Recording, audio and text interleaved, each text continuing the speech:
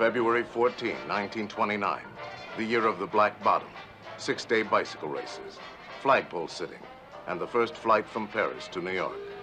Mickey Mouse makes his screen debut, and Herbert Hoover is inaugurated as the 31st president with the words, "We in America today are nearer to the final triumph over poverty than ever before in any land." 6 months later, the New York stock market will crash and bring about the greatest depression in world history. In the city of Chicago, the time is 10:25 a.m. The temperature, 18 above zero.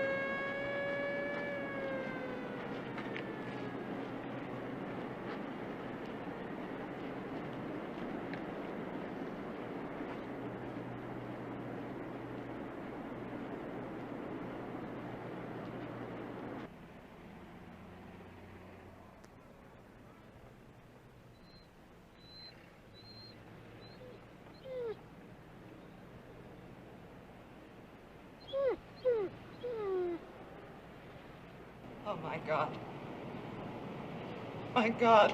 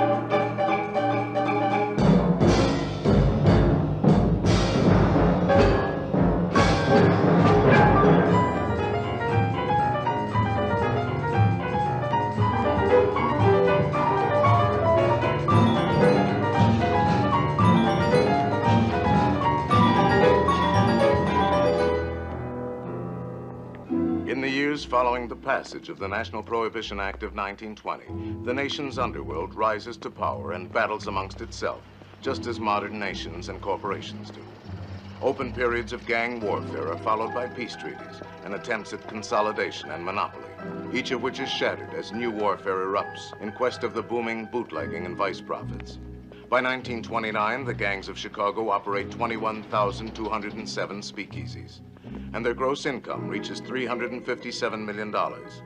618 members of the city's underworld are murdered within 9 years. Corruption extends from the mayor's office to the humblest side street speakeasy. Tell your lousy sister to keep her lousy mouth shut. Do me a favor, will you? I mean, just to give her tonsils a break.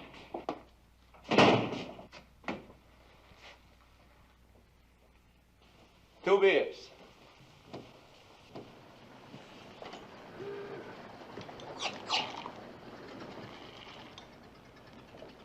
Nice place you got here. Thanks. Do a nice business, huh? Pays the rent. What are you trying to do, poison me? You don't like the beer, mister. You don't have to pay for it. Well, now, ain't you the cat's pajamas? You hear that, Jimmy? Bright Eyes here says we don't have to pay for this slop. How about it, Bud? You're drinking this stuff? Tastes terrible, don't it? Guess I'm not what you'd call much of a judge. What's the matter? Don't you know when something stinks? I guess I drunk better at that. You hear that? Even your friend don't like it. What more do you want? All right, Bright Eyes, where you getting it? A fellow named Slauson. Slauson. Only Slauson I know works for Capone. Al Capone. That wouldn't be the same Slauson, would it? Huh? I think it is. How much you moving a week? 5 barrels. 5? A swell joint like you got here? With the right kind of beer, you could double that easy. I'm gonna put 10 barrels in here tomorrow morning, cost you 55 a barrel. Look, mister, you trying to get me knocked off? I can't buck Capone. Neither can Moran. Moran? Only Moran I know drives a streetcar. That wouldn't be the same Moran, would it? My mistake. Oh, that's okay. Anybody can make a mistake. Take me. Why, I could even be wrong about your beer. Maybe it's swell, and it's just you got dirty pipes. Happens.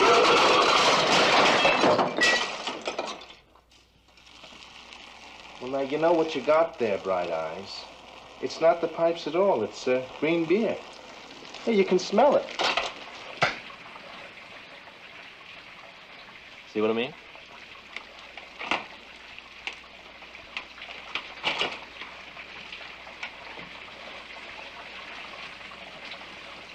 Peter Gusenberg, born Chicago, Illinois, September 22nd, 1898.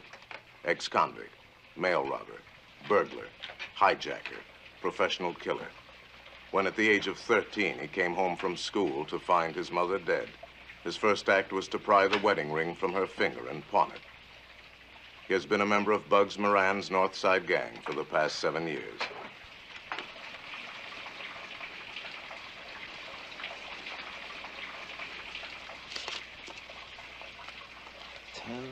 Barrels, starting tomorrow. And don't forget, I'm doing you a big favor.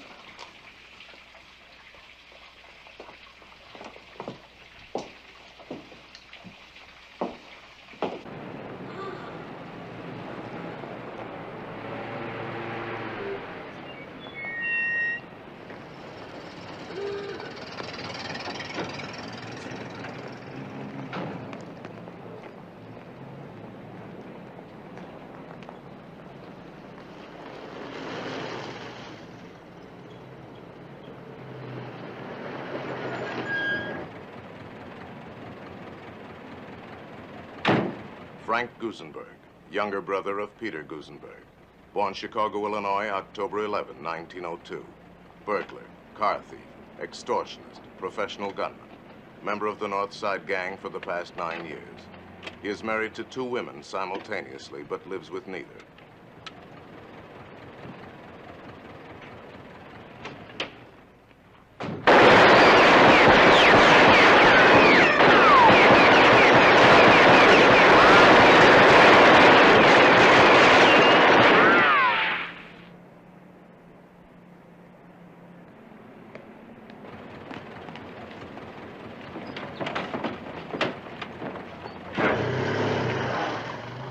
Vincenzo DeMora, alias Machine Gun Jack McGurn. Born Brooklyn, New York, July 7th, 1903. When he was 9 years old, his father was murdered. By the time he was 20, he had personally killed every man connected with his father's death. He has recently become a top triggerman and extortionist in the Capone organization. Just where the hell were you? Nothing I could do, Jack. Guy came up like right out of the woodwork. First I know, the door is open and he's blasting away. Make him? Yeah. One of Moran's boys, Frank Gusenberg.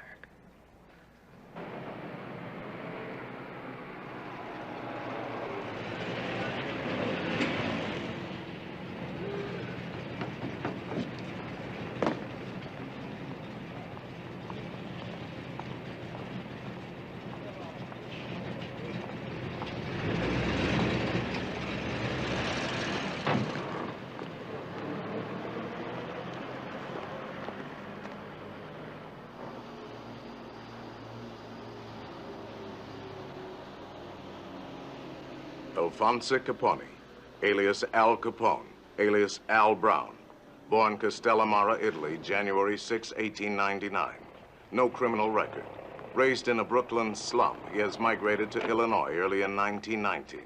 Shrewd, ambitious, and utterly ruthless, Capone in 6 short years has climbed from the status of saloon bouncer to become unchallenged leader of Chicago's most powerful underworld organization. To his associates, he is the big fellow. To the public, he is Scarface Al Capone. Thank you, Mr. Capone. Sorry about that raid, Jake, but so happens he got a new captain out there who won't play ball. What's wrong with him? Playing hard to get. We had him put down for a yard a week. He says if we want to operate in his district, we got to triple that. 300, huh? Those guys must think we're made of money. Write me out his name. I'll have the bump transferred to the sticks. If it helps get him reelected, $500,000 in Thompson campaign funds a bargain. I put Cermak in the mayor's office, and we're going to lose $20 million a year. That's a waste of dough. We bought one man. He loses out, we buy the next one. You don't know Tony Cermak, Frank? Charles the Fixer Fischetti, born Castellamare, Italy, August 11, 1891. A second cousin to Al Capone, Fischetti acts as chairman at executive meetings. He is a heavy drinker, but never drunk. His principal value to the organization is his ability to suborn political leaders and public officials on both state and city levels. He will be murdered on April 7, 1951. And that's where we can get hurt. He ever tries chiseling on a big fella's rackets, he'll think a suitcase fell out. Oh, come on, Frank, you know.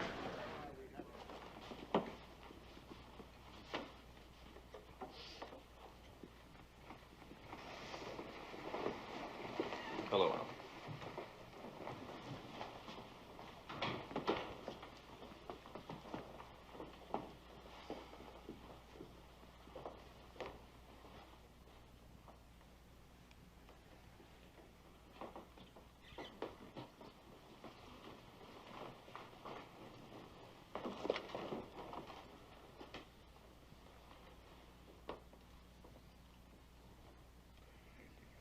Meeting will come to order.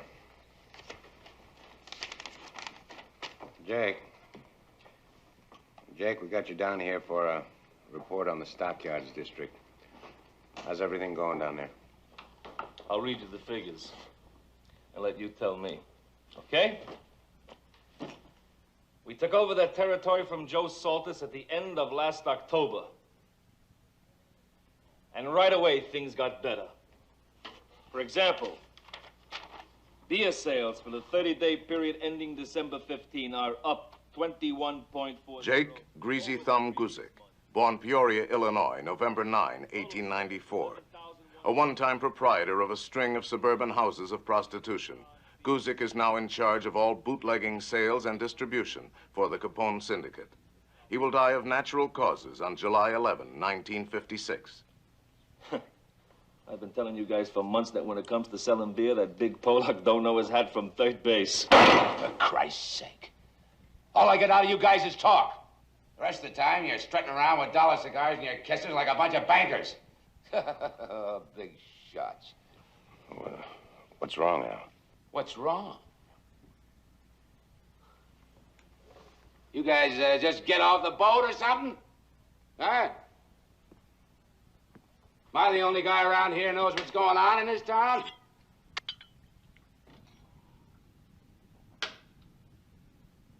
Now, let me give you some real facts. Not the kind of loving kisses we've been getting from our good pal Jake here. Nobody has to tell me we're making money out in the stockyards or any place else on the south side or the west side. But what about the north side, Jake? I don't hear no nice fat figures on that. Or maybe you figure that end of town ain't worth holding on to. We talked about this, Al. Yeah, we talked about it.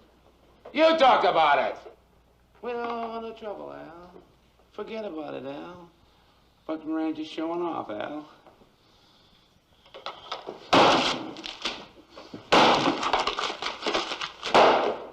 That's what I think of your figures, Jake. Now you're gonna get some of my figures. Since Labor Day, Bugs Moran's Bugs! Push our beer out of 28 joints South Chicago Avenue alone. That don't sound like much, does it? Huh? 28 joints. What's 28 joints out of 12,000 peanuts, right? Right? Al, if you just listen to reason. Shut up, Charlie, right now. I'm doing the talking. There's something else. Take our pal Jack McGurn here. Now, Jack's a nice fella. Does as he's told. He keeps his nose clean. I wish I had a couple of hundred like him. So what happens here? A month ago, damned if a punk of Moran's don't up and turn a chopper loose on him. Tony Lombardo. My pal Tony. Went to his funeral. I cried at his funeral. I bawled like a baby. Here's a guy, never carried a gun in his whole life. Middle of the loop, 4:30 in the afternoon, 2 slugs through the back of the head, put there by a couple of Bugs Moran's red hots. Oh, Al, now, just think a minute, huh? I mean, going after Moran, it just ain't good business. Business! I'm talking about staying alive. Try getting it through your cement head that what Moran's pulled so far, that's just for openers. He wants me. He wants me dead. The way D and Abanion wanted me dead. The way Jaime Weiss wanted me dead. Right down there on 22nd Street. Middle of the day. Damn if that crazy Pollock don't come looking for me with a whole army.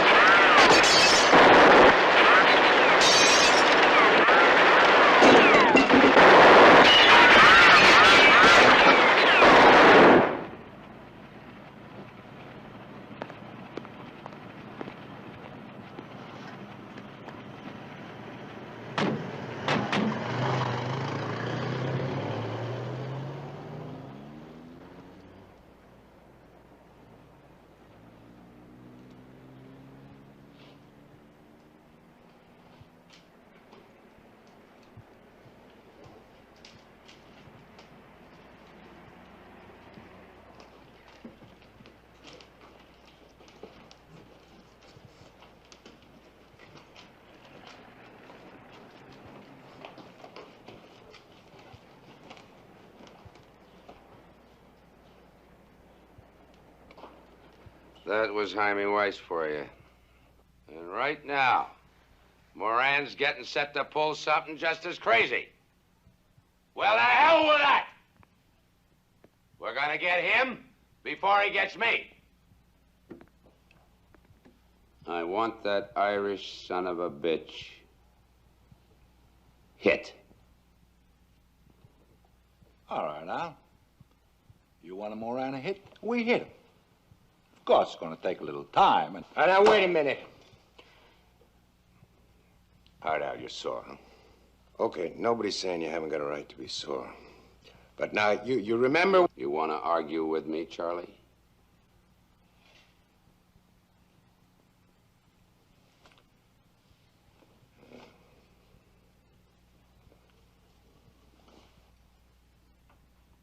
Work it out, Frank.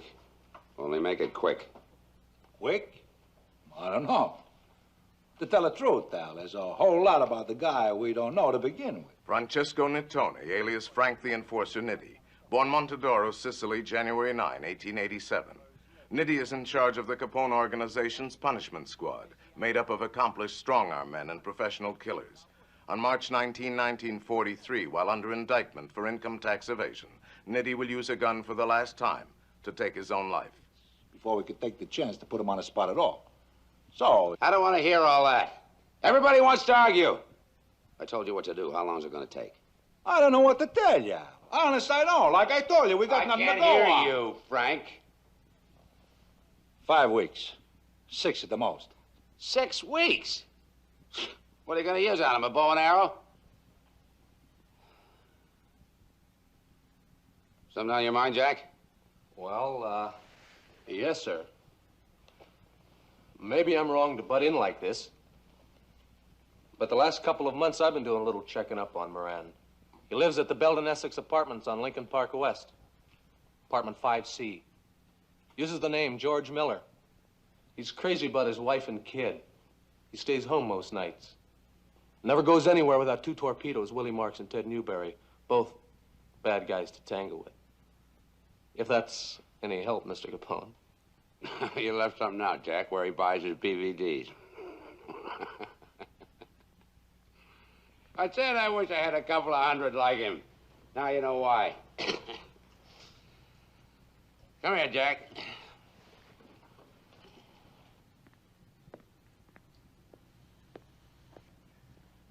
You want to know something, Jack? I like a guy who can use his head for something beside a hat rack. And seeing as how you know so much about Moran, I'm giving you the job of getting rid of him. If that's okay with you, Frank. I got no objections. Think you can handle it, kid?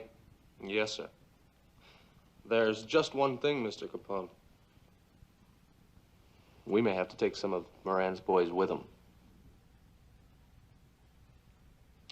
I'll send flowers.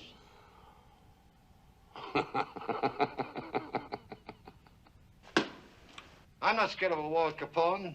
It's gonna be him or me. If he'd stuck to his word these past couple of years, it'd be a different story. But every deal he's made, he's broken. O'Banion thought he could deal with him. Well, Weiss did, too. Well, I don't have to tell you how they ended up. George Clarence Moran, born St. Paul, Minnesota, July 9, 1893. Ex-convict, burglar, horse thief, hijacker, suspected killer, present leader of Chicago's notorious and long-established North Side mob, which during the past 5 years has been almost constantly at war with the Capone organization for control of the city's bootlegging and gambling profits. During these 5 years, every previous leader of the North Side gang has been murdered by the Capone interests. Jaime shook the dirty hand of that rotten greaseball. Oh, sure. We've been giving him a lot of trouble lately. But I'm telling you here and now, that's not enough. Not when you figure what he's been doing to us. Pushing his slop in our saloons, hijacking our trucks, and sending punks like that Jack McGurn up here to snoop around. Well, that may be Jake with you guys, but not me. I say it's time we put Al Capone and his bums out of business. For good! George, with what? You can start a war with Capone, but you're not going to win it. Not when every wop in town is working for him. I know some that aren't. Joey Illo's mob. That 5 and dime punk? Capone don't even know he's alive. Jimmy, that's no way to talk about our new partner. Hey, wait a minute. What is this, some kind of rib? Sit down, Frank. Since when do we hook up with a bunch of crummy spicks? You can count me out. Don't you pop off to me, you stupid kraut. When it comes to getting Capone, I don't care who I use. You remember Deanie O'Banion? Remember Jaime Weiss? Well, you ought to, because you helped load their coffins into the hearse. Or maybe when a friend of yours is gone, you don't give a damn no more. Well, I do. And Deanie O'Banion was my friend, and I don't forget him. And I don't forget who had him knocked off. Jaime Weiss and me, We was with Dini not 10 minutes before they got him. Now remember those grease balls. They just as soon put a bullet in your back as eat a pizza. To hell with them Sicilians. He's seeing you, Jaime.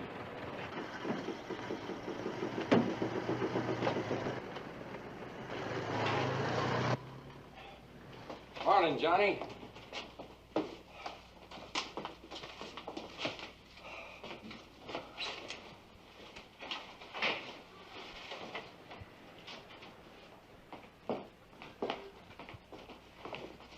Good morning, boys.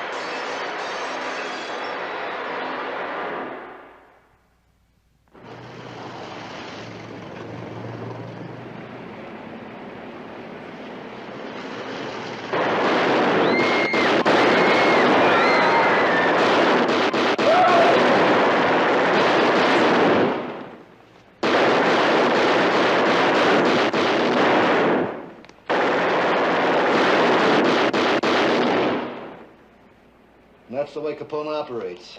That's the murdering double-crosser who swore up and down he'd keep the hell out of the North Side. Well, I'm not waiting around for Capone to put me in no cemetery. We nail him before he nails me. All right, let's nail him and get it over with. I just say we do it without the help of a two-bit spaghetti snapper like Joe Aiello. Frank, you're a dummy. You know that. Capone's protection comes from the Mafia. He can't make a move without permission of the head wop. And he can't be the head himself because he's not Sicilian. So he's got his own man, Patsy Lolordo, running the outfit. Now, your spaghetti snapper, Joe Aiello, is a pal of Lolordo's.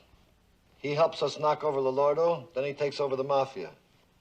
And that's when we take old Scarface for a nice one-way ride. And if it don't work, he'll take us for a ride. Well, it better work because I'm putting you in charge.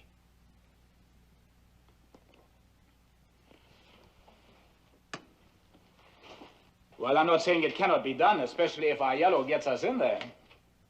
Albert R. Kachelek, alias James Clark, born Krajunka, Germany, February 25, 1888. Ex-convict, burglar, car thief, suspected killer. Since marrying Bugs Moran's sister 5 years ago, he has become the #2 man in the Moran gang. And then we need a good driver for the getaway car. I don't care how you do it. Just get rid of Patsy Lolordo. Quick.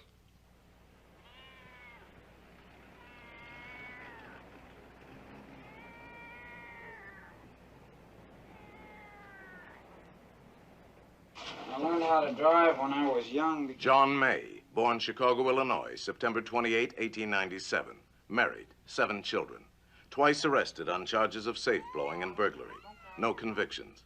Has worked occasionally for the Moran gang as an auto mechanic.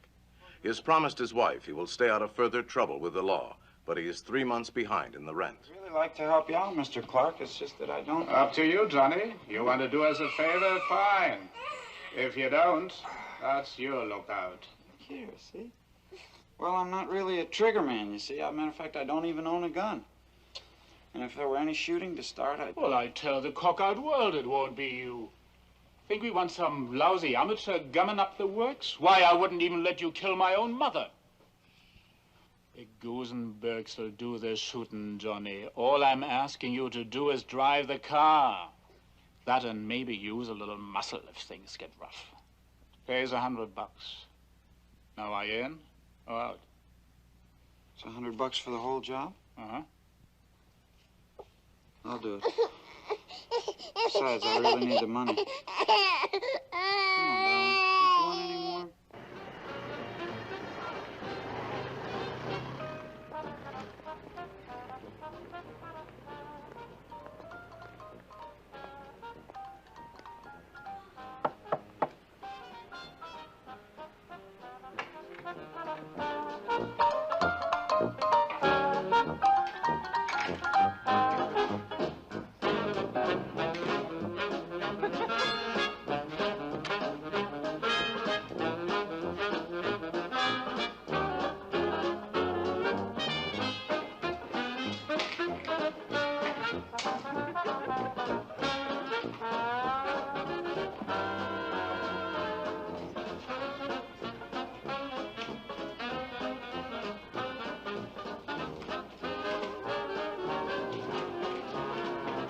Nicholas Sorello, born Marsala, Sicily, May 13, 1872. Brought to the United States by his cousin Dominic Forenza when in his late 30s. Married, with 5 children and 11 grandchildren. He has had difficulty learning the ways of the new world and has lived in continual poverty. He will be murdered on February 15, 1929, less than 24 hours after completion of the only criminal activity of his life.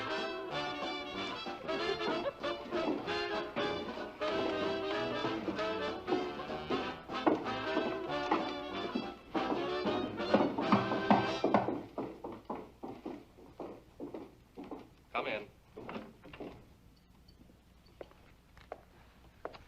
Mr. McGurn, I'm a Nick Sorello. Sit down, Nick. Want a drink? Something to eat? Thank you, no. It is kind of you to ask. Dominic Forenza says your man can be trusted. Maybe that is because my memory, it is very bad. What do you do for a living, Nick? I have the truck. Sometimes I'm selling the vegetables.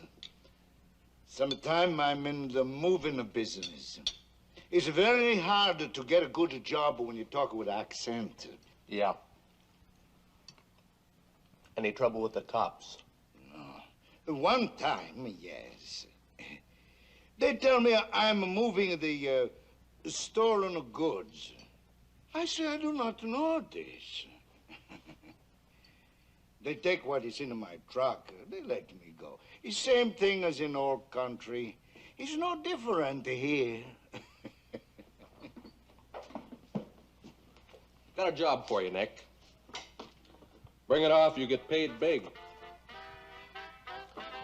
$500.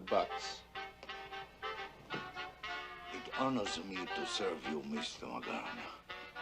You're gonna need a couple paisani, guys that can keep their traps shut. Sometime tonight, there'll be a car left in front of your house.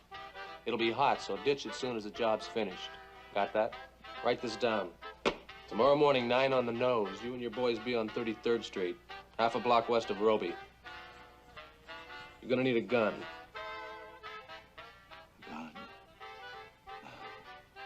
That is something I do not have, Mr. McGurn. Guns make trouble.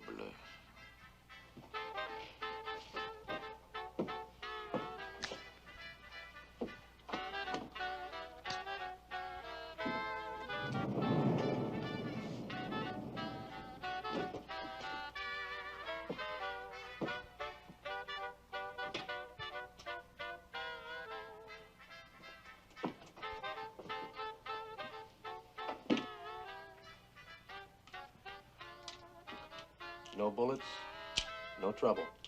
Okay?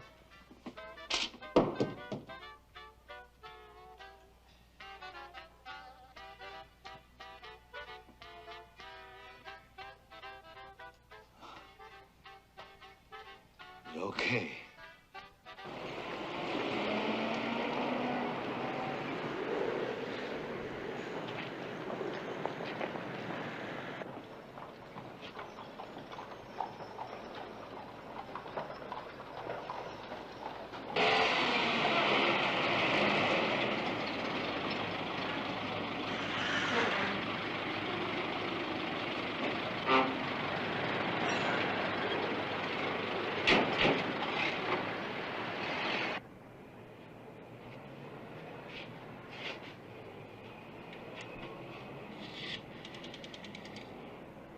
Operator.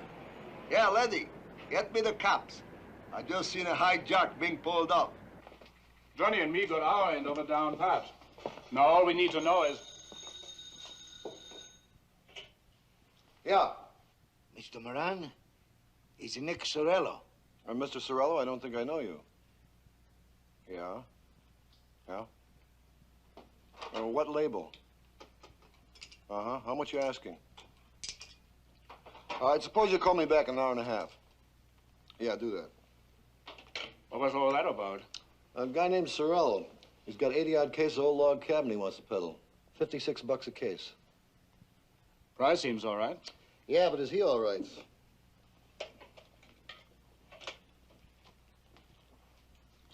Monroe, 8099, please. Lieutenant Zalacosta, please. Oh, hello, Larry. This is George. Look, Larry, a couple of things. Let me know if your boys got anything on a booze hijack last couple of days, out near the stockyards. All right. And while you're at it, see if you got a make sheet on a wop named Nick Sorello. Right. I'll call you back in about an hour, okay? Thanks, Larry. Oh, I'm sorry, Jim. What were you saying? Oh, just that we're about ready to make our move. All we need now is to make sure Lolordo's bodyguards change shifts the same time every day. I've got a couple of boys checking on that right now.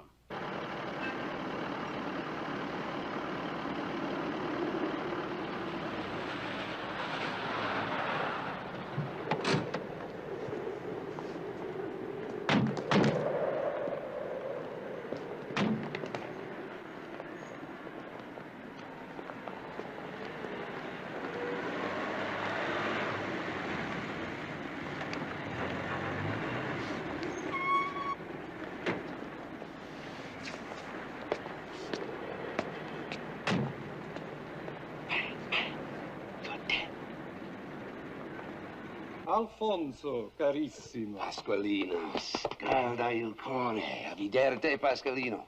Come in, come in.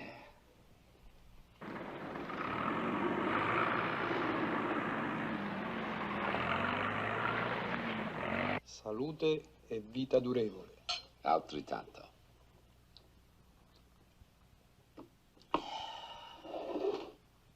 Grazie.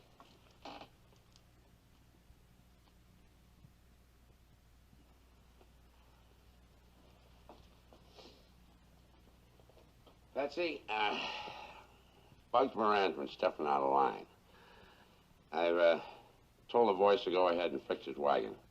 This I do not like to hear, Alfonso. Maybe if you would talk things over? Talk hell! I talked to O'Banion and he laughed at me. I talked to Weiss. I pleaded with Weiss. 3 times he tried to have me bumped off. Now, Moran is just as bullheaded. You can't talk any sense to these peasants. Every time I try it, I wind up getting shot at.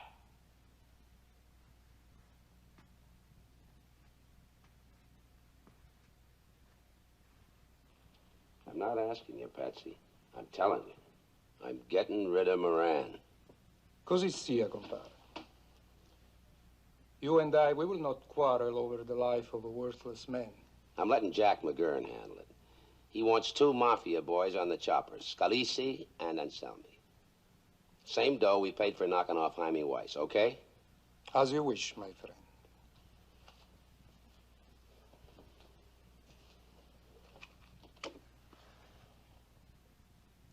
Alfonso, something else troubles you, no? Yeah. I've been hearing things, Patsy. You know how it is, yeah. You pick up a word here and a word there, you put them together, and pretty soon you got a picture. Maybe it's on a level and maybe it ain't. The way I get it, Joe Aiello is going to take over the mafia in this town, and they got your name on a bullet. I have nothing to fear from Aiello. Don Giuseppe and I are as brothers. We attended the university in Palermo together. We came to this country only months apart. We are both members of the Inner Council of the Brotherhood. No, Alfonso. I thank you very much for your concern for me. But what you have heard is not true.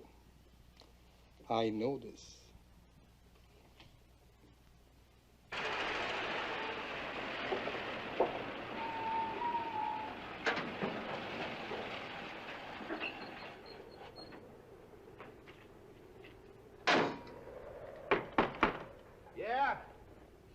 is Nick Sorello.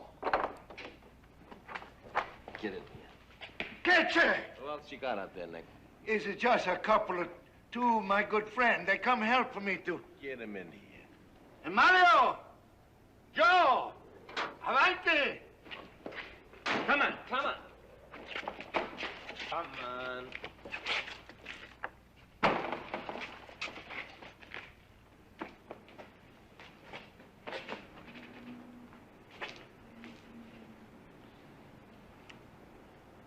What'd you have in mind, Nick? I ask you pardon, senor. It's only to watch the whiskey I have the gun. No! You're a very naughty boy, Nick. All right, let's get it in here.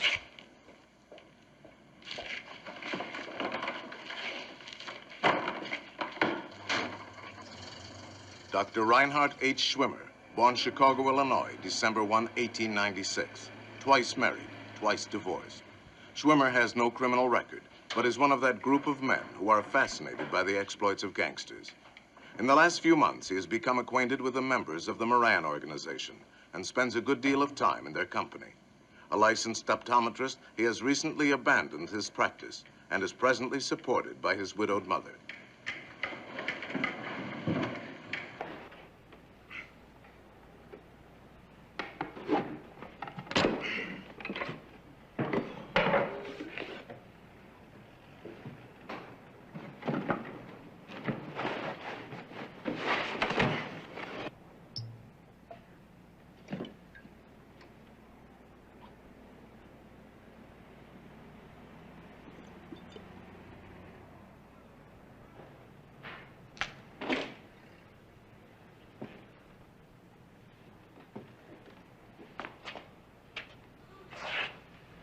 Okay, Nick, get it unloaded.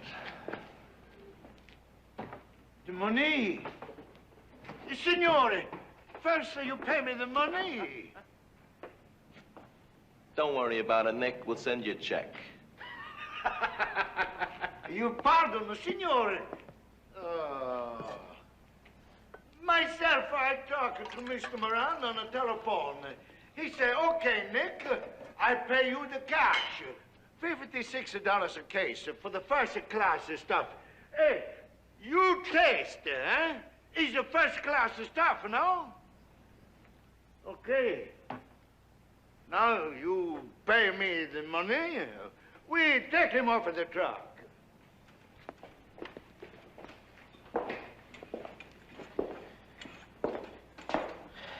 Where'd you get it, Nick?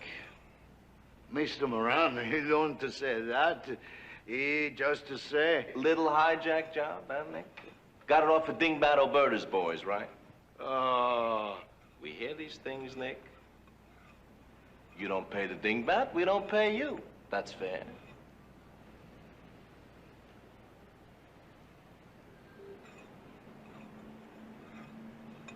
Okay, move it. You'll get your dough. Move.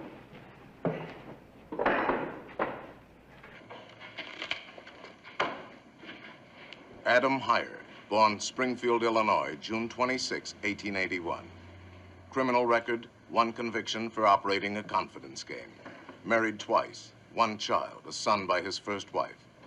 As a qualified accountant, Heyer acts as bookkeeper and collector for the Moran organization, as well as handling payoffs to local politicians and the police.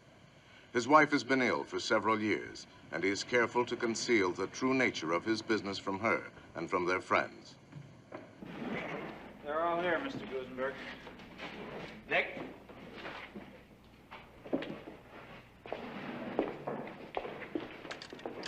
Stuff checks out. All our cabin uncut. How many cases? It's 82. Myself, I counted them. Nick wouldn't lie to us. He wants to stay healthy.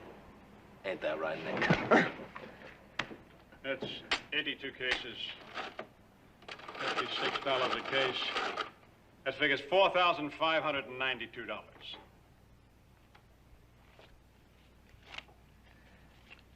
1,000, 2,000, 3,000, 4,000.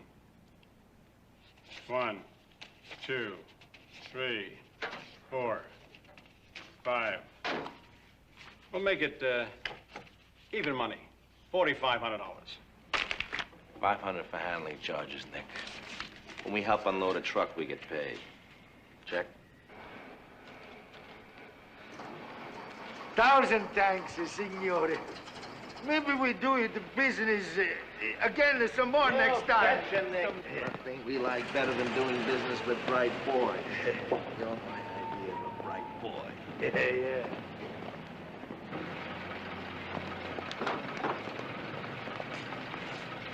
Bigger shot. Some of the money, they steal it back from me. More than $500. I figured they would. In fact, I counted on it. You got one more job to do. Just when, I don't know yet. A real easy job, Nick. Just one simple phone call. Now remember, Pete, Frank will pick you up tomorrow afternoon at 3:30 sharp. At exactly 10 to 4, both of you pick up Joe Aiello on the corner of Walton and Paulina. Now, the three of you gotta be upstairs and in your lawyer's apartment at 5 to 4 on the nose. You got all that? Don't worry about me. I can handle my end. You better do your worrying about Aiello. I think he's all right, but if something goes wrong, I'm counting on you, Pete. See you.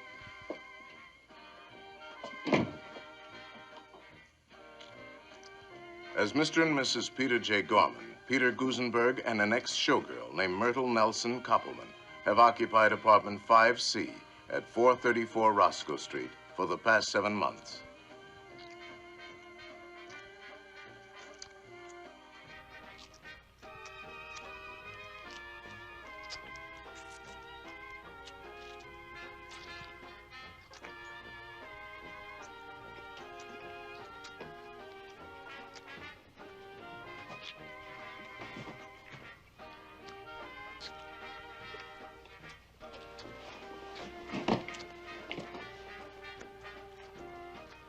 Nick?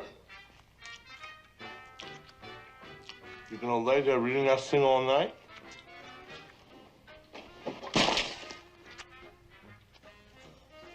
You made me lose my place.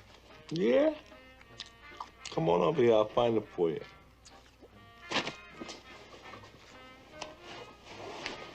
What are you eating? What's it look like I'm eating? Sandwich. Well, you could have made one for me. What's the matter? You bust a leg or something?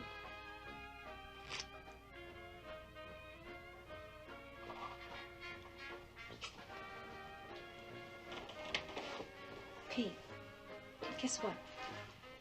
You know that coat you got me for Christmas?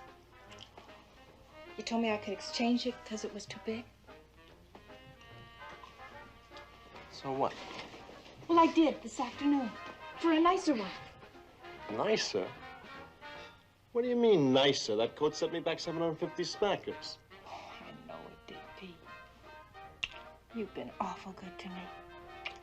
And don't you think for 1 minute I don't appreciate it.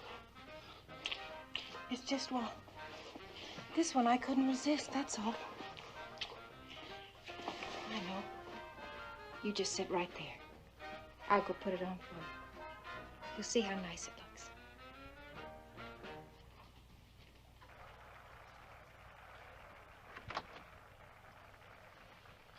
Yowza, yowza, yowza. This is Ben, Bernie, and all the lads coming to you from the College Inn of the Hotel Sherman. And now for all you lads and lassies listening in the great Midwest, we're gonna play stumbling. Let's stumble a bit, laddies.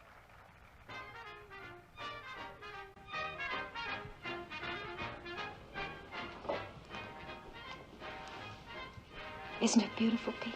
How much? You don't have to use that tone of voice. How much? It was a bargain, baby. They marked it way down low. I just knew you'd want me. 3,000, that's all. $3 grand! Why, you lousy little gold digger, when I picked you out of the line, all you had to your name was a cloth coat with monkey fur on the collar. Well, it goes back tomorrow, you hear me? Back! Listen, you cheap gangster. I'm gonna keep...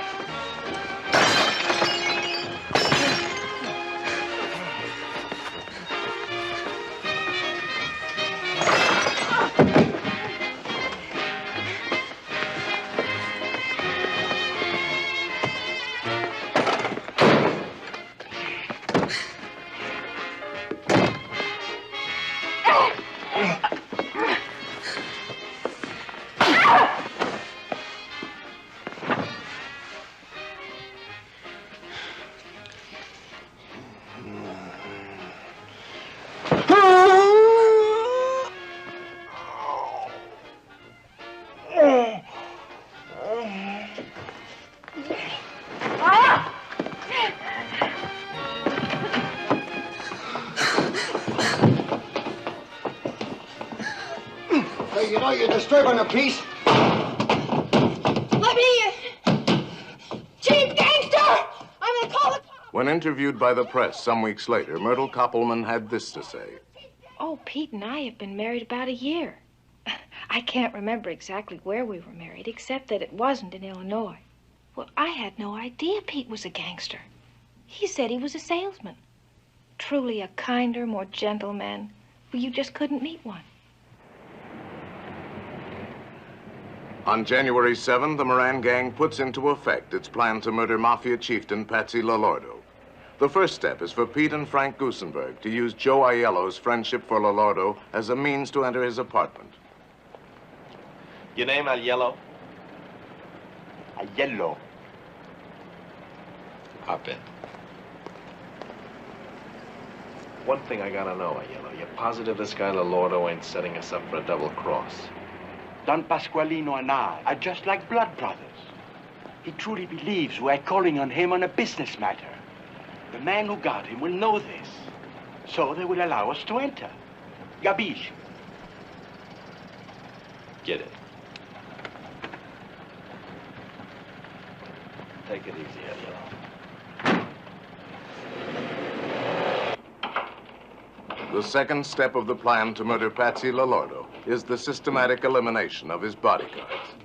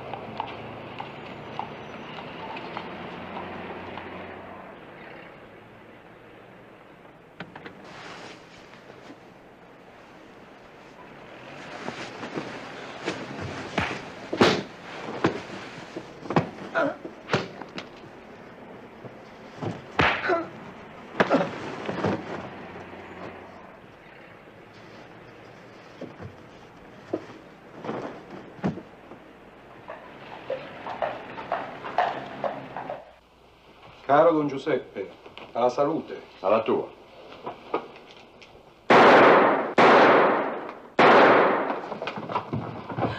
Pasqualino, che è successo? Ah! Dio mio! Ah! Mio marito è ammazzato! Aiuto! Pasqualino, rispondimi, mio bene! Mio tesoro! Perché?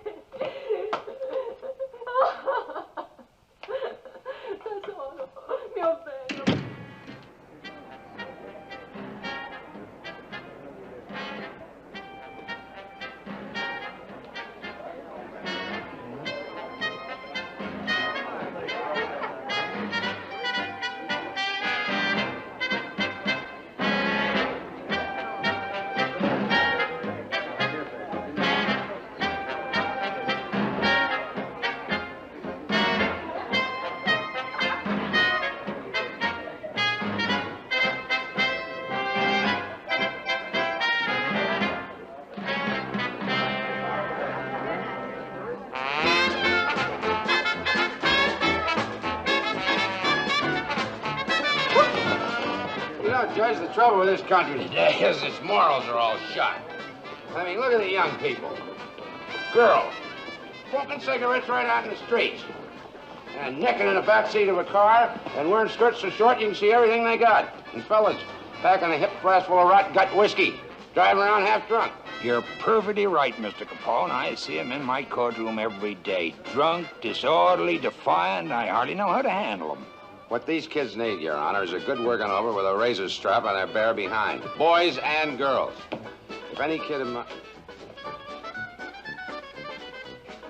Excuse me, Your Honor. Freshen up your drinks, folks. I'll be right back.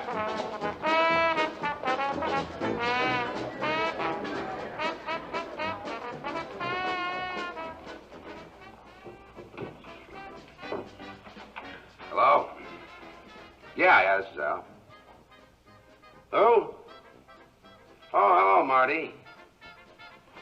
Well, what's so important? You gotta...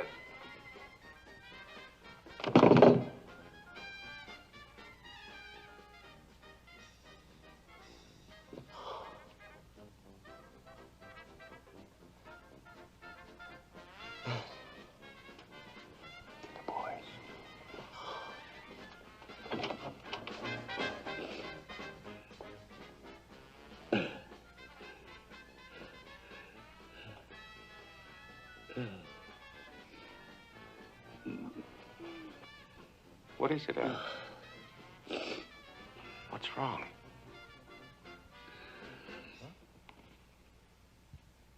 Patsy Lolordo. He's dead.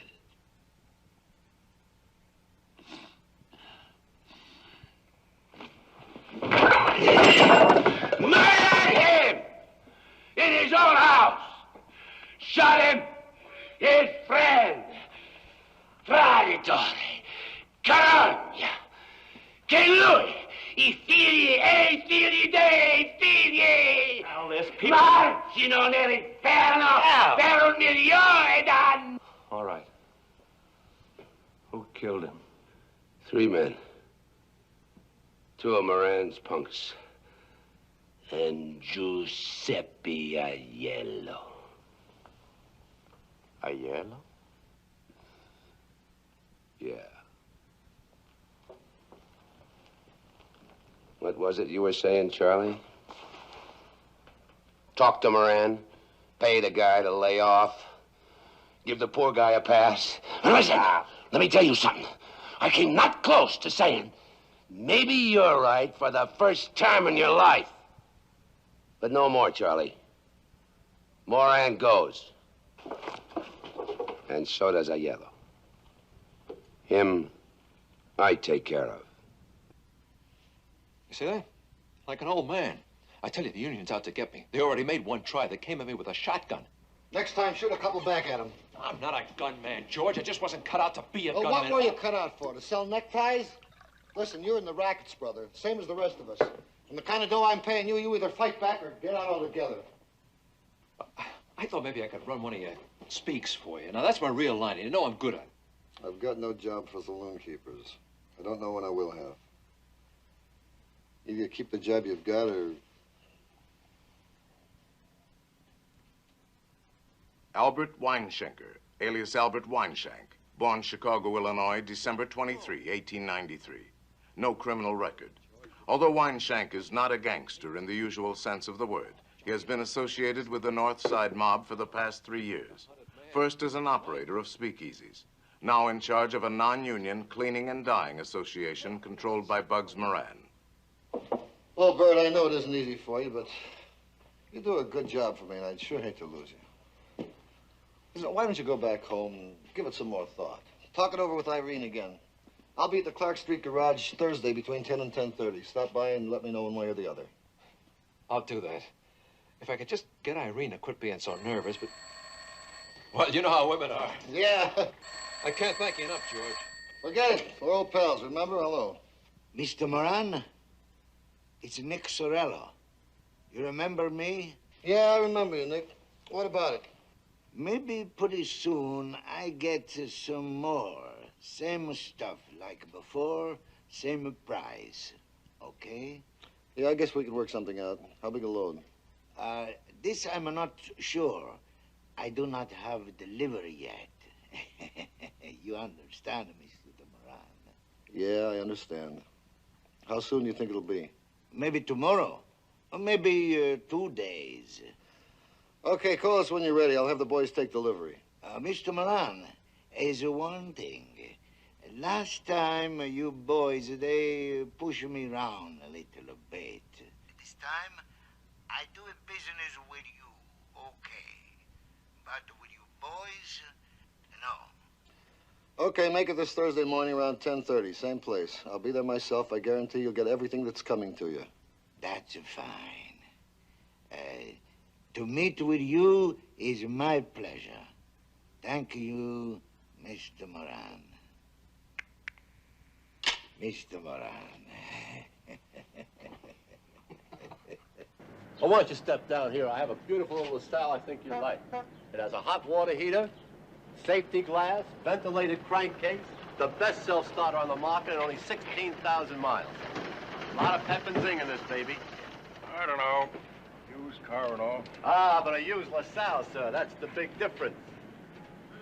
I'll let you in on a little something. Belong to a Cook County commissioner.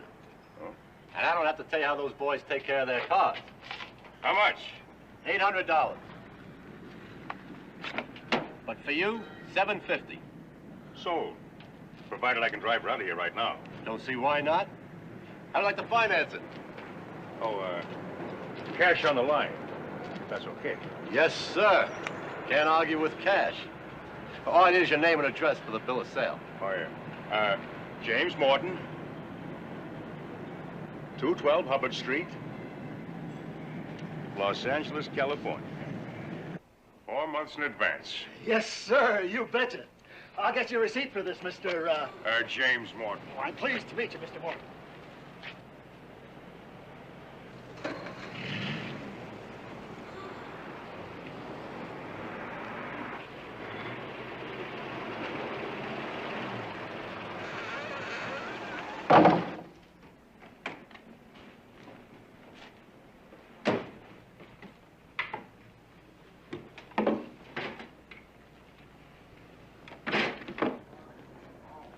On the evening of February 11, Angelo Molina, a second cousin of Joe Aiello's, buys a train ticket to Los Angeles.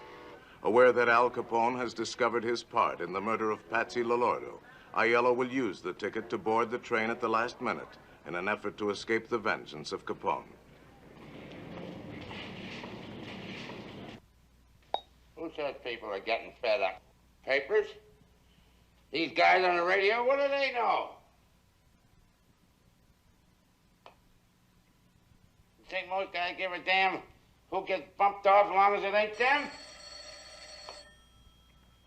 Listen, I know people. I'm making my business to know people. They get a big kick reading in the paper where some poor stiff gets taken for a ride. Hello? Yeah, Frank? Wait for me. At the barber shop. Come on, kid. Stick around, guys.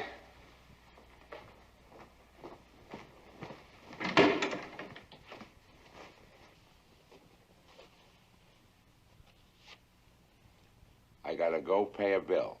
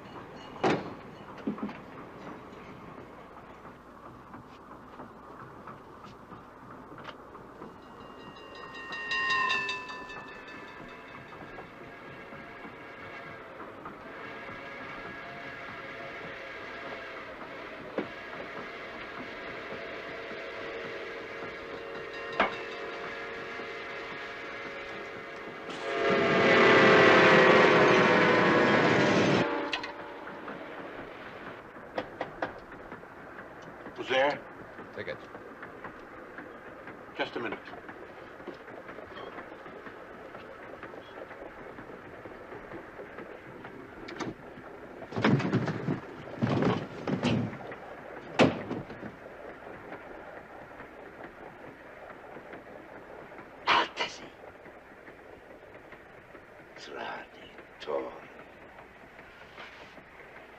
Signor Capone, siamo due uomini, braveggiatori, ma se... Basta! Assassino! Ma se... Girate! Gira!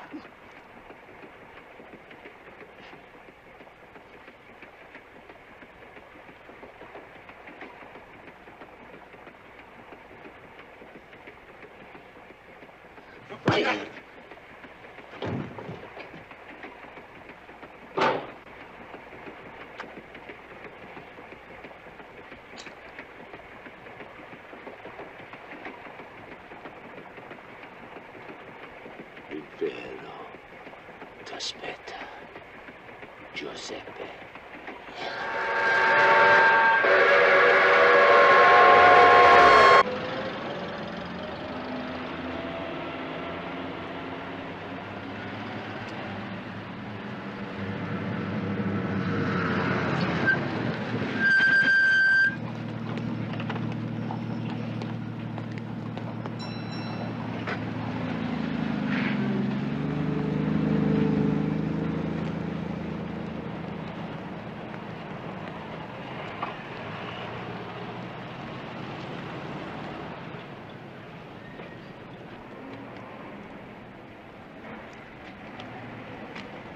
Mrs. Duty, my friend here and me, we're looking for a nice front room.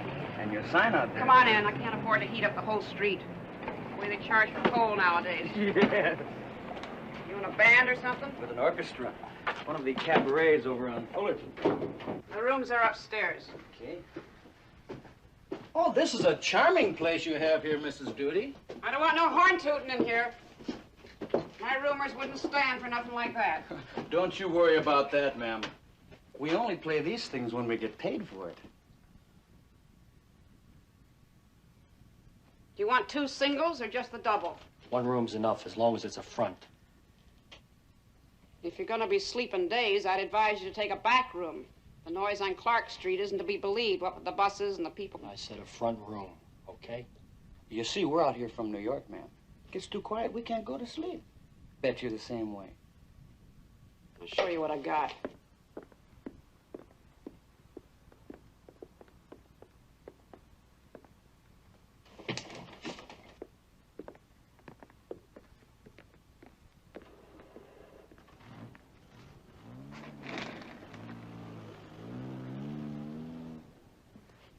Well, it's a nice room, Mrs. Duty.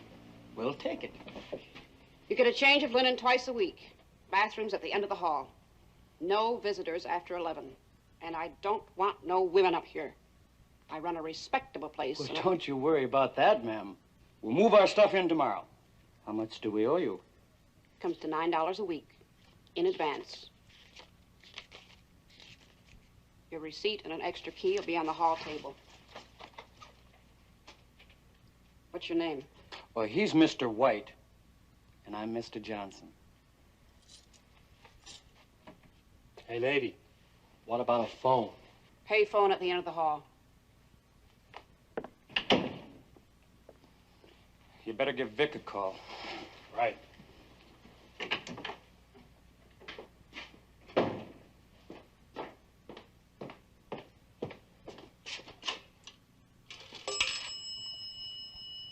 Long Beach, 6599.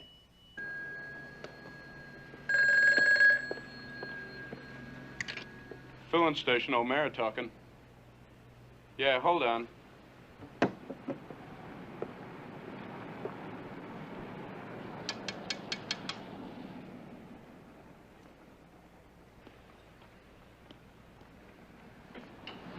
Phone.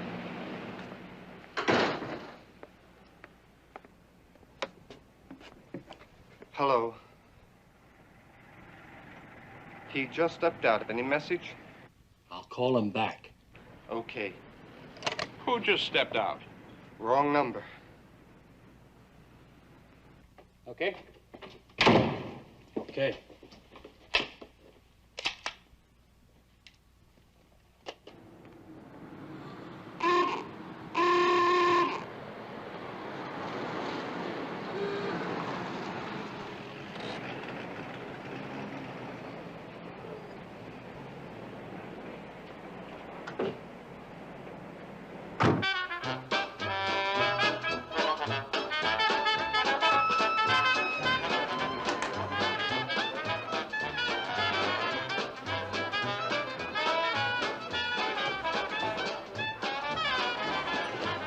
Out for some fun tonight, eh, boys? Well, you come to the right place. I've been here before, you know. Thought I recognized you. That'll be $2 a piece.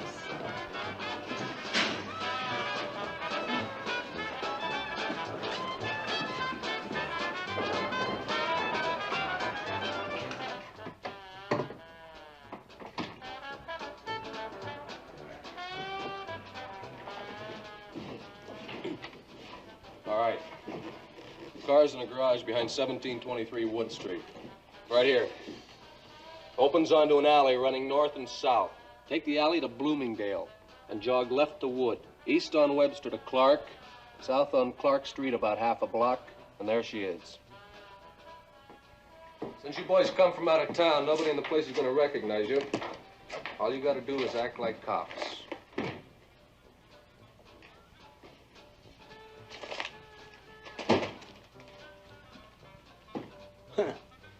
Must be yours. That's Moran. You probably won't be able to see his face from across the street, but none of his boys are built like him, so that's no problem. He wears brown clothes a lot. Suit, overcoat, hat, shoes. Albert Anselmi, born Marsala, Sicily, June 11, 1892. He is a member of the Mafia and a professional assassin, as is John Scalisi, born Castelvetrano, Sicily, January 24, 1895. In a period of less than 6 years, these two men acting together have participated in 31 murders, including those of Dian O'Banion and Earl Jaime Weiss. There's always the outside chance you'll be spotted by a legit squad car. If it happens before you get there and they try to stop you, okay. That's a rap the lawyers can beat. If it happens after you leave, you might as well start blasting. You got nothing to lose. Any questions? That's it.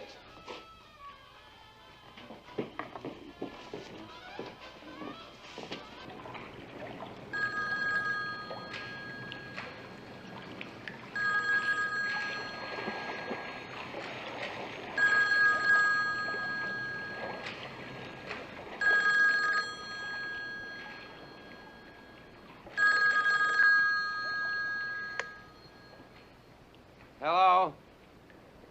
Jack, great to hear from you, kid. How's the weather back there? Right around zero, Mr. Capone. Sure could use some of that Miami sunshine up here. Yeah, I'll bet you could. Anything special you want to tell me, kid? Yes, sir. It's all set for this Thursday, Mr. Capone. In the morning, around 10:30. We got a nice Valentine all ready to deliver. Valentine. Hey, that's right. This Thursday's Valentine's Day. Ain't that a hot one? A Valentine for Bug. Say, Jack, just make sure it's a great big red Valentine, huh? At 6:45 on the last morning of his life, John May takes an early bus to work. He has been promised a $10 bonus if he can replace the transmission of one of the gang's cars before noon.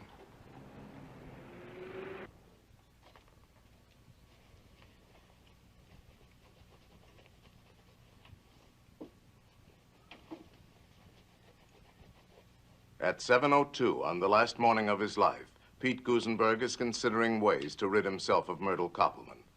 There are plenty more where she came from.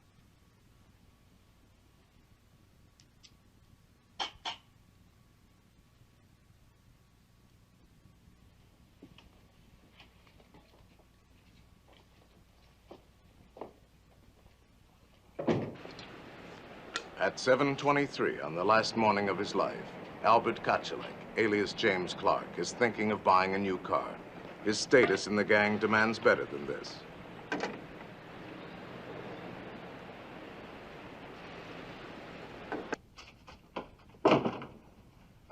You should have woke me, Ma. I'd have had breakfast with you. How do you expect me to know you were even home? Coming in at all hours. You said you would be here for supper. I'm sorry, Ma. I ran into a couple of friends. I might have guessed. Where those friends of yours are concerned, you don't have a mother. At 7:30 on the last morning of his life, Reinhard Schwimmer is in desperate need of money. I have to talk to you, Mama. It's important.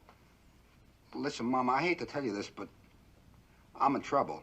Not with the police, Reinhard. Nothing like that. I owe some money. $300. It's got to be paid quick or I'm in a real jam. Ich verstehe dich nicht, Reinhard.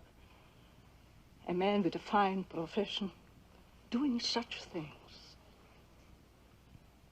All right. If you promise to stay away from those gangsters, I'll get you the money. I will. I give you my word. Just be a good boy, Reinhard. That isn't so much to ask.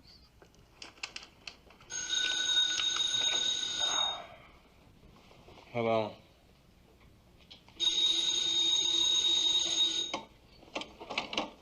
What do you want? Is what? Oh, well, Eddie. Yeah, I'm up. Yeah, Eddie, I'm up. I'm up.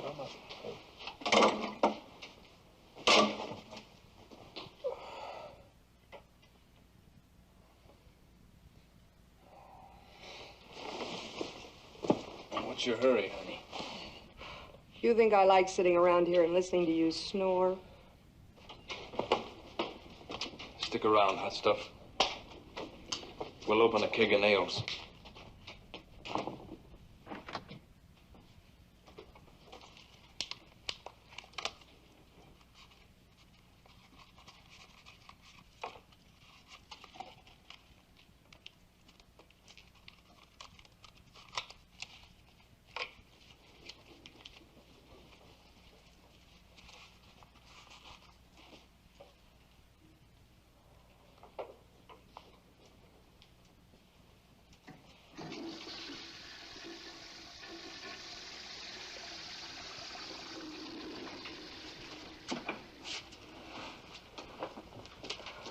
You still here? Look, mister, you owe me $25. And I don't leave until I get it.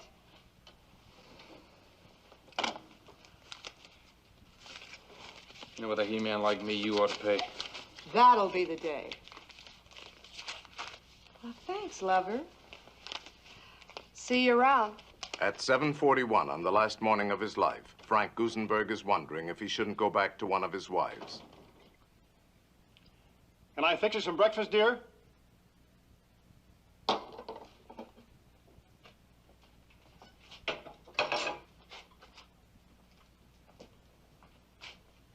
At 8 o'clock on the last morning of his life, Adam Heyer is calculating how much the cost of an operation for his wife will take from his savings.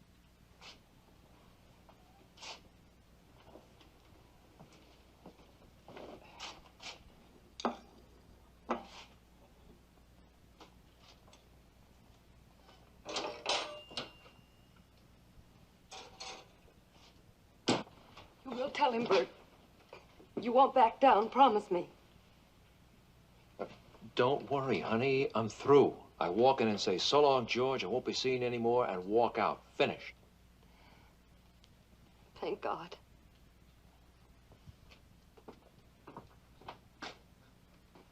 I'll call you after lunch, around 1:30. At 8:15 on the last morning of his life, Albert Weinshank has decided that his safety and his peace of mind are more important than $20,000 a year.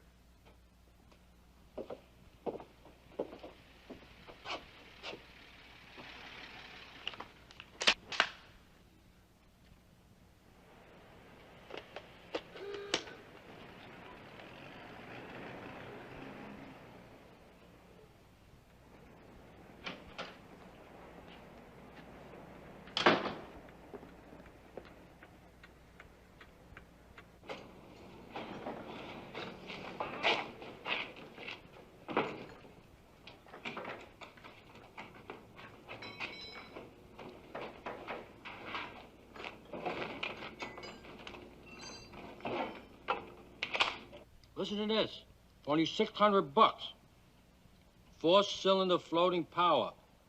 Freedom from vibration and rumble that makes driving a constant delight. Increased speed. Alex. And Moran? nah, it's too short. You know something, Paul? That's the 6th guy in there already. Nobody told us we gotta keep score. All we're supposed to do is count up to 1. Morning, boys. Up in good old Riney. How's the eye business, Doc? Haven't you heard? I retired, living on my investments. He means his old lady is paying the bills. Saw Pete's car out front. I thought I'd drop in, say hello, get a cup of coffee. Would you mind helping yourself, Doc? The waiter just left. Sure.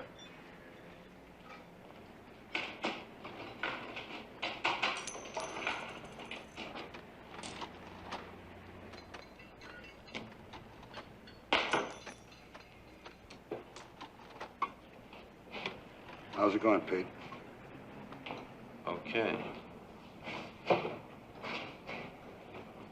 Say, fella over at the barber shop, give me a tip on a flight to Miami. Indian broom. Long shot. Claims it's in the bag.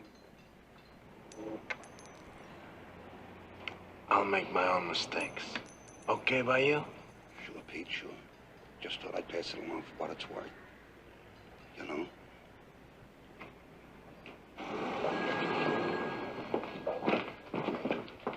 How's the weather out? Still coming down. Wind's like a handful of razor blades. You guys are getting soft. Mr. Miller. It's Mr. Bernstein, long distance from Detroit.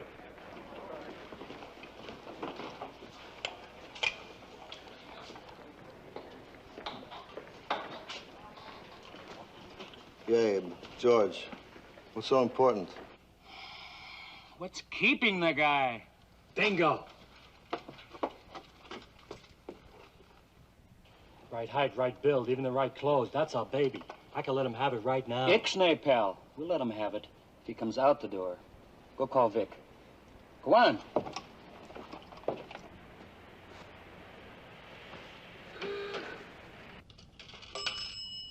Operator?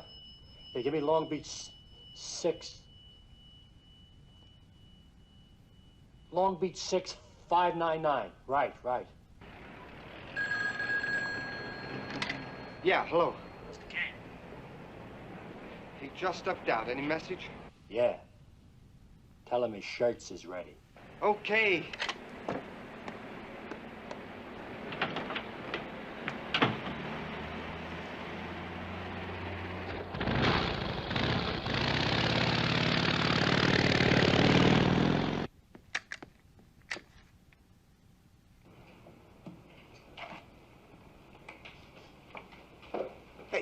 What's that all about? Garlic. In case the bullets don't kill you, you die of the blood poison.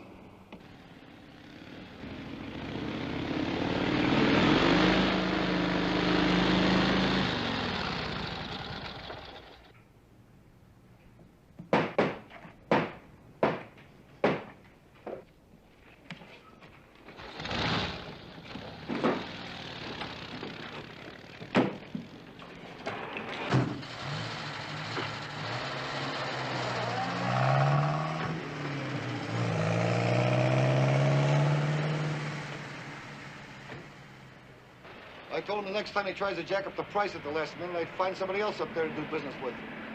I had to stick a pineapple in his hat.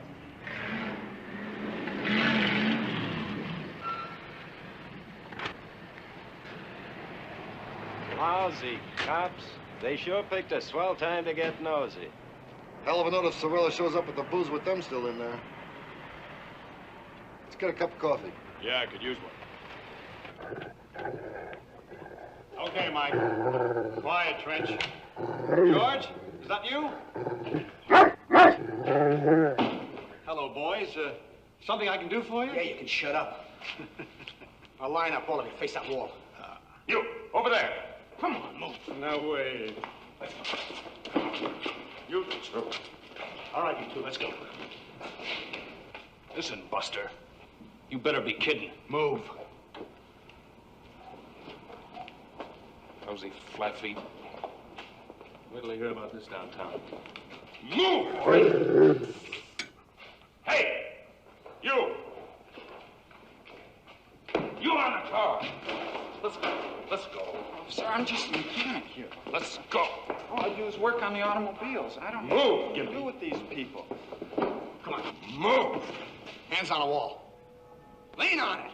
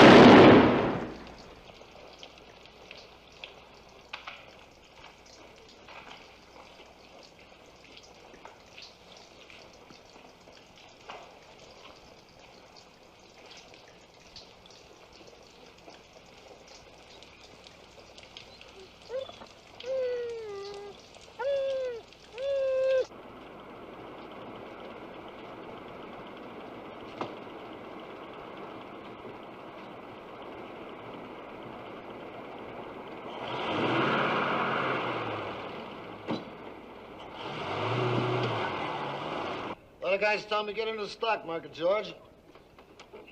Pull up a few grand, and inside of you, you'll be a rich man. I say, what the hell? I'm already a rich man. And besides,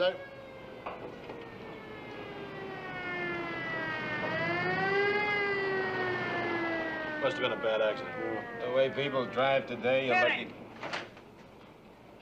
Hey, Kenny! The cops just killed a bunch of hoods in the garage up the street. One of them was Bugs Moran.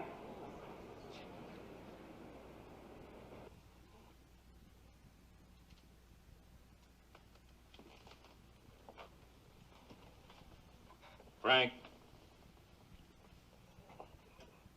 Can you hear me, Frank?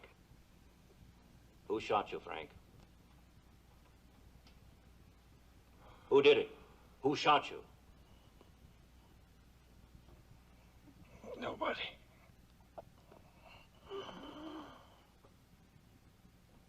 Nobody shot me. Your brother's dead. They're all dead. Come on, who did it?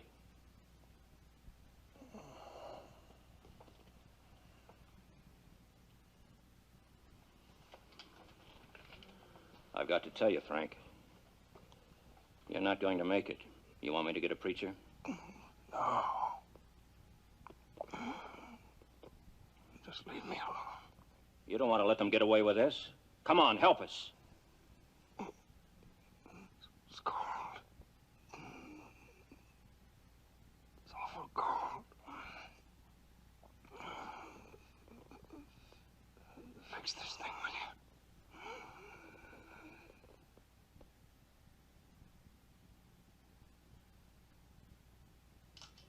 A few hours after the St. Valentine's Day massacre, the newspapers managed to locate Moran, something the police have not yet been able to do.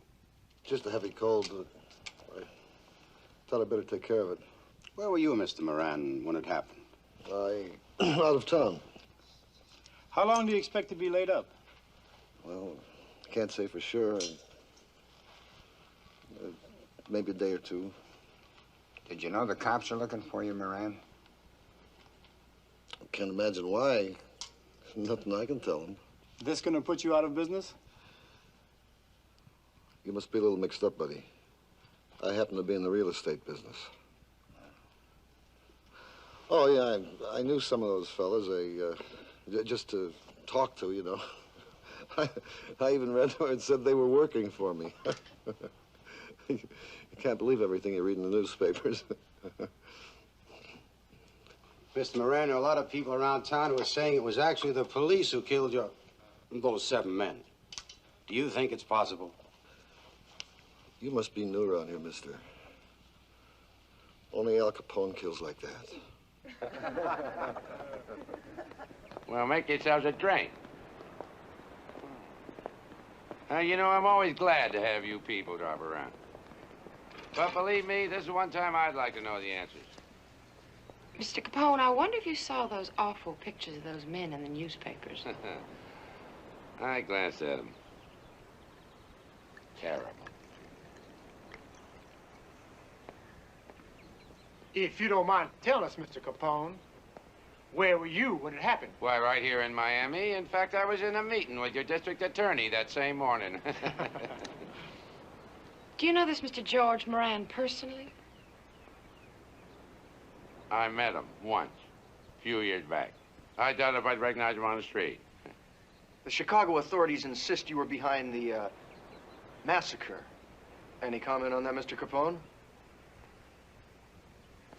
Well, I'm not surprised. They blamed everything on me since the Chicago fire. Did you hear what Bugs Moran told the Chicago papers? He said only Al Capone kills like that. Yeah? Well, I'll tell you what Al Capone says. And you can quote me. They don't call that guy Bugs for nothing.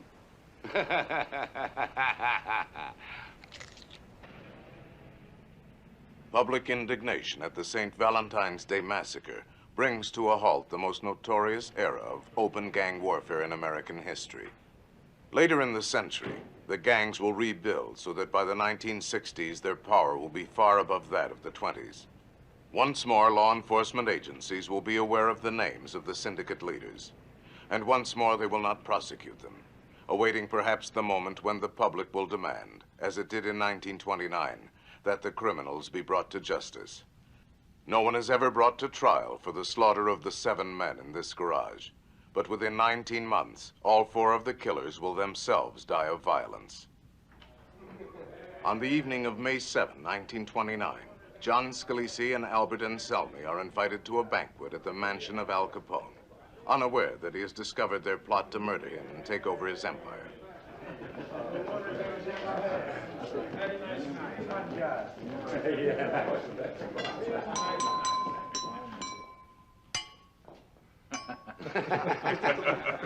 I want to make a toast to my good friends, Giovanni Scalise and Alberto Anselmi. Salud. Salud. May you rot in hell!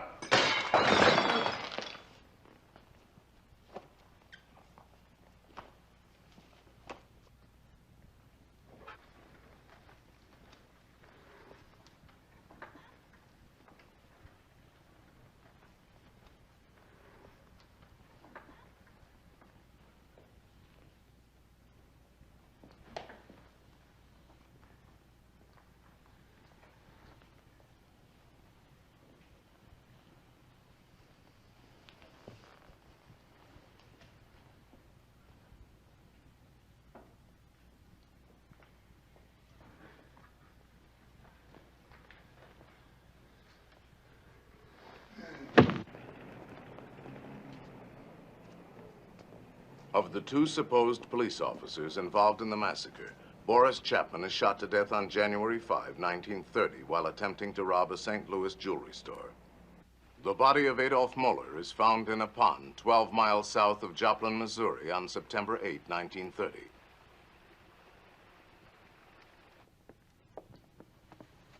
Vincenzo de Mora, alias Machine Gun Jack McGurn, is murdered in a Chicago bowling alley on February 15, 1936, almost exactly 7 years after the St. Valentine's Day massacre he masterminded.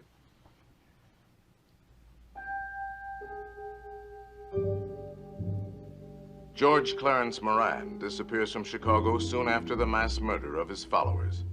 While serving a 10-year sentence for bank robbery in the federal penitentiary in Leavenworth, Kansas, he dies of lung cancer on February 25, 1957. Alphonse Capone, while he is never tried for complicity in the St. Valentine's Day massacre, his role as the man behind it goes unquestioned.